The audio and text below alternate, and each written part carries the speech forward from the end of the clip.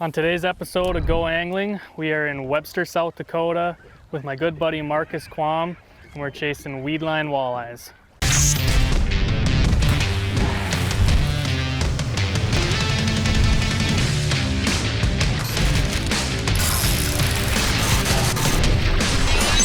In-Depth Outdoors, Go Angling. Brought to you by Gander Outdoors.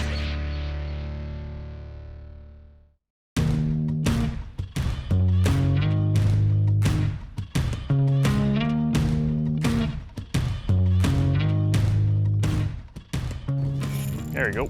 Nice. What'd you get that one on? This is on a shadow wrap. Is that a net fish? This one might need the net. He's spunky. Oh yeah, nice walleye. There we go. Nice work.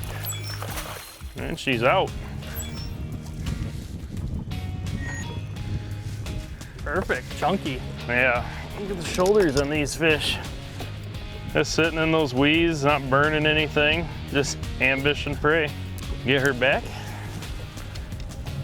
Thank you. Oh. Well, today we are just targeting some walleyes in the weeds, casting crankbaits. Came on the shadow wrap shad. Well, that got me to quickly switch over to the shadow wrap shad.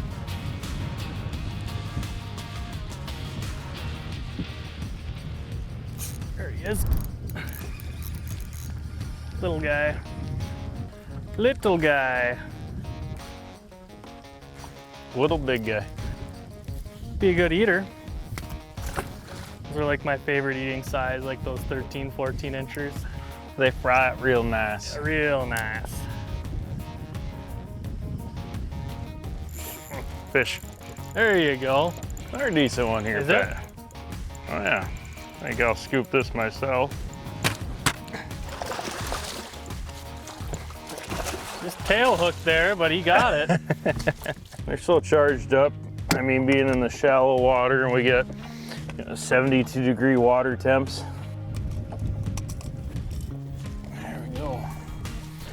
Oh, they're one of those low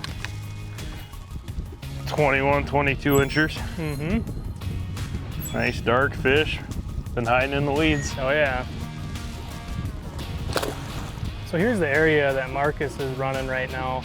You can see right here is the center line where the boat's going over. You got pretty clean bottom on this side, some scattered rocks in here, but pretty sandy altogether.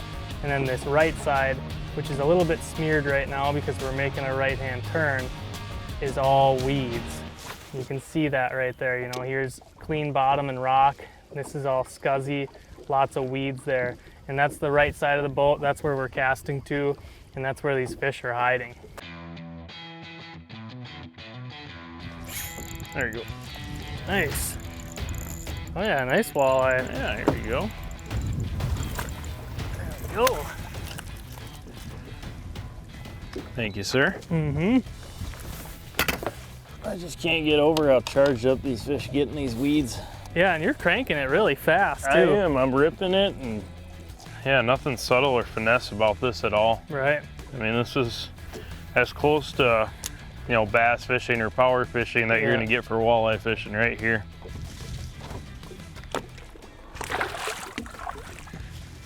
Well, that was fun.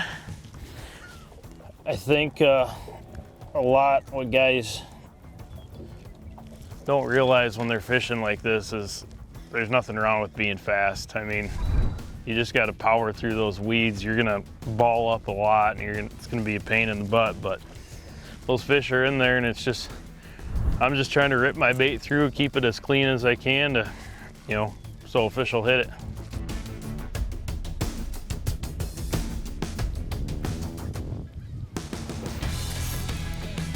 Boy, he throttled it. Sounded like it. Yeah, using that on him. It's just kind of one of those 20 inchers again, but there we go. Nice. There we go. Boy, that's a fun bite when they crush it like that. It is. Get him back. So really when you're fishing this shallow water, especially when there's this much vegetation, you're really limited to what you can actually throw. I mean, you need something like a shad wrap, number 5 shad wrap would work great. These shadow wrap shads are working awesome right now. And swim baits and then lipless cranks are basically kind of your go-tos, aren't they? They are. So that's that shadow wrap shad right there. That's a mossback shiner. Marcus is throwing the Fire Tiger. I got a little bit of catching up to do.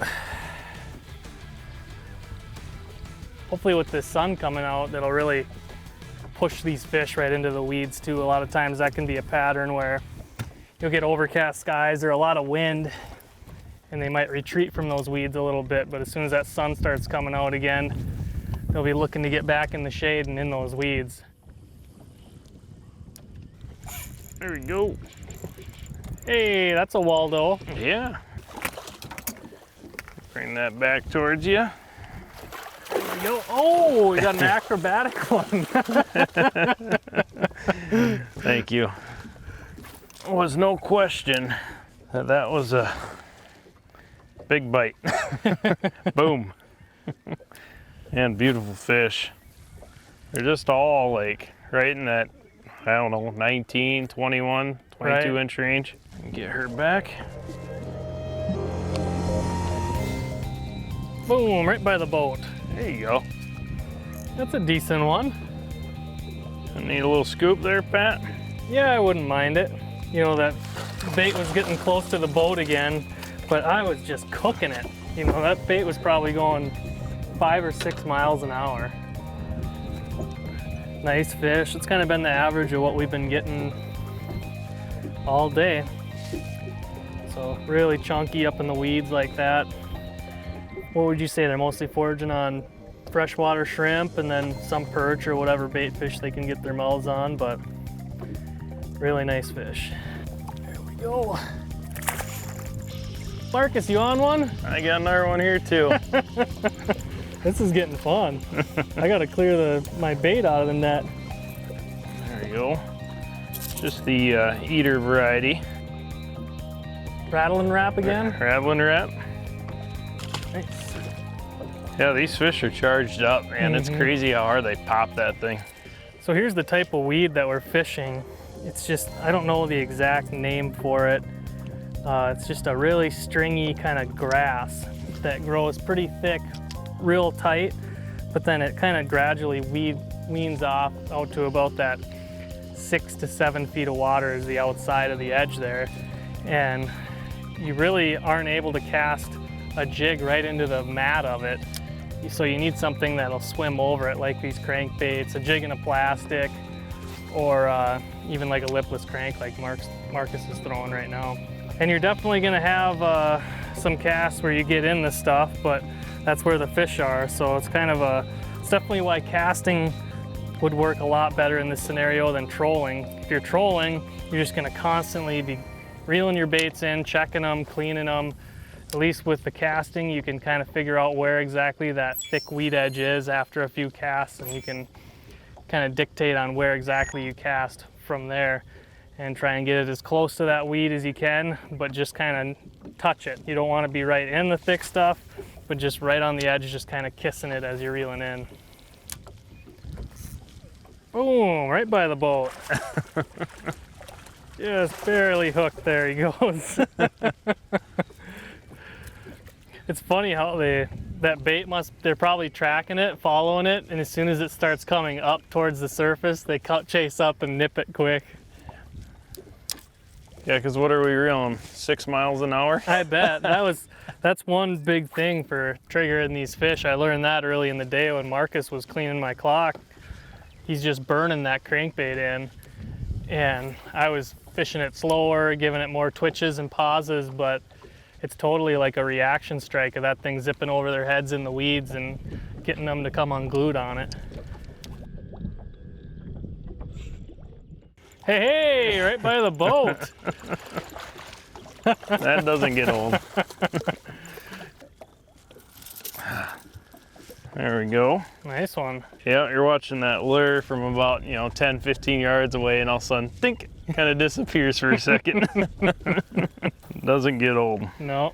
I feel very lucky to live here and get to do this all the time. Well, that's going to do it for us today over here in Webster, South Dakota.